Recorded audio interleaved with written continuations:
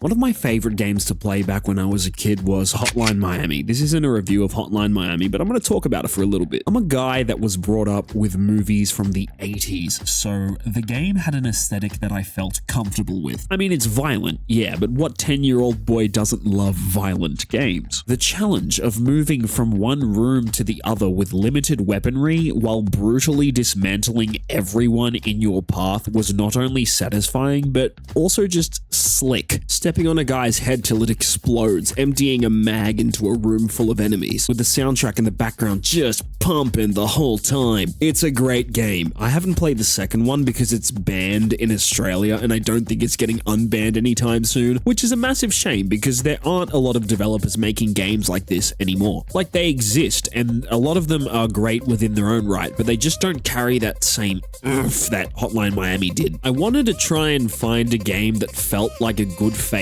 effort to recapture that feeling of grunginess and brutality that Hotline Miami had, and for a while it felt like I was getting nowhere. That was until one day I saw my mate Harvey playing a game called Katana Zero. It looked really good from what I saw. There was a lot of detail put into the pixel art, the combat looked satisfying, the music didn't sound too bad. Apparently the game was pretty short, so I figured, why not give it a shot? So yeah, this is Katana Zero. I don't really know anything about the game, but I'm gonna play it and see what happens. Before I do, I'm gonna quickly ask you to hit that subscribe button for me though. It takes like 2 seconds and it really helps me out. I'm trying to hit 10K by the end of the year and every sub counts, so subscribe. That said, let's try this out.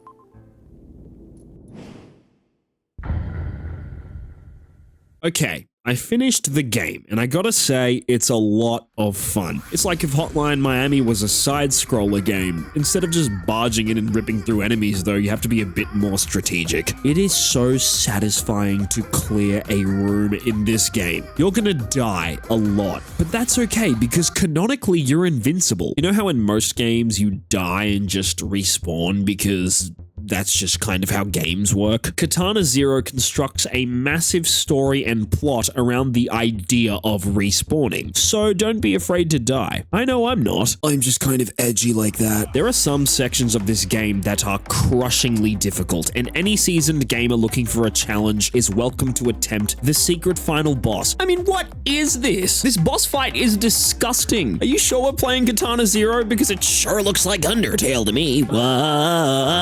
I'm not doing this stupid bit. Jesus Christ. The gameplay is so enthralling, and it is backed up with this super ambitious and gut-wrenching story that had me on the edge of my seat just watching it unfold. But sadly, I often found that the story of the game was also the biggest flaw. If you've watched any of my reviews, you'll know that I'm a big story guy, and while the story that Katana Zero told was great, I wasn't the biggest fan of how it intertwined with the gameplay. You have these pretty significant gaps between gameplay and story that just completely throw off the pacing. And for the most part, right up until the final chapter, they leave the story pretty vague. I know they're trying to be ambiguous, but there's a fine line. So you'll be having a fun time slicing through enemies, and the gameplay will just stop to tell you a story that doesn't make sense for 5 minutes. Obviously, when you get to the end of the game, everything sort of ties itself up, but you're still sort of left with some unanswered questions. The Inhuman one makes a great video explaining the story of Katana Zero, and I'd recommend giving it a quick watch, but at the end of the day, you're entitled to your own interpretation. I just wish that the story was much more subtle. But don't let that take away from the amazing gameplay Katana Zero has to offer. Subverting expectations is something that this game offers a masterclass in. On the very first level, you're tasked with rescuing this scientist guy, so you clear the stage and get him up. He even has a little health bar, but then he fucking explodes Dark Knight style, because fuck escort missions. I'm glad this game is on the same page. In another section, you overhear the guards talking about a guy named Strong Terry. So immediately you're thinking, they're hinting at the next boss fight. I see. Anyway, you keep playing and eventually you see this guy guarding the door. There's nothing out of the ordinary about this guy, but after you kill him, quite easily, might I add, it's revealed that was Strong Terry. Details are slim, but the LT is saying her perp is a swordsman in a bathrobe. You think it's the dragon? If it is, I've been saving a bullet for him for what he did to Are we still on this shit? Are you fucking serious?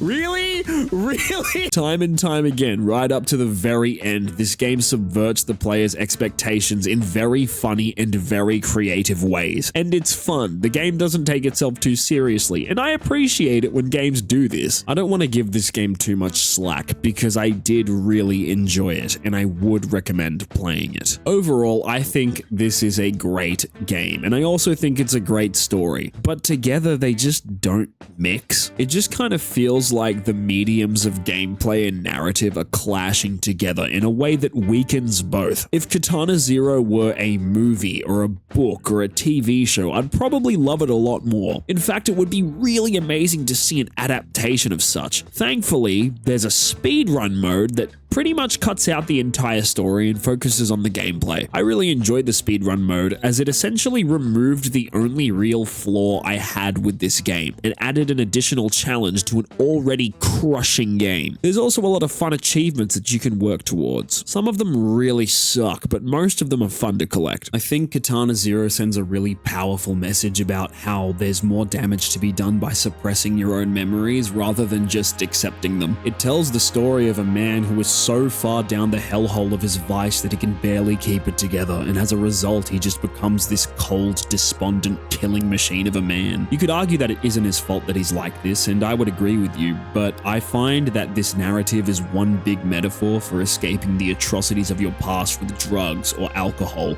or gambling or porn or whatever. I've certainly done a lot of things that I'm not proud of, and at times I have resorted to abusing substances. I think this is why this game sort of resonated with me. But unlike Zero, we have the power to recognize our mistakes and grow from them, rather than becoming an unsympathetic killing machine. Because it's when you shut out the people close to you and forget the mistakes you've made in life that other terrible influences are able to shape the way you think of yourself and who you could be, which Katana Zero definitely commentates upon. Turning over a new leaf isn't as simple as forgetting. It's about acknowledging, growing, and finding a purpose that places you on this earth for a reason more than just existing.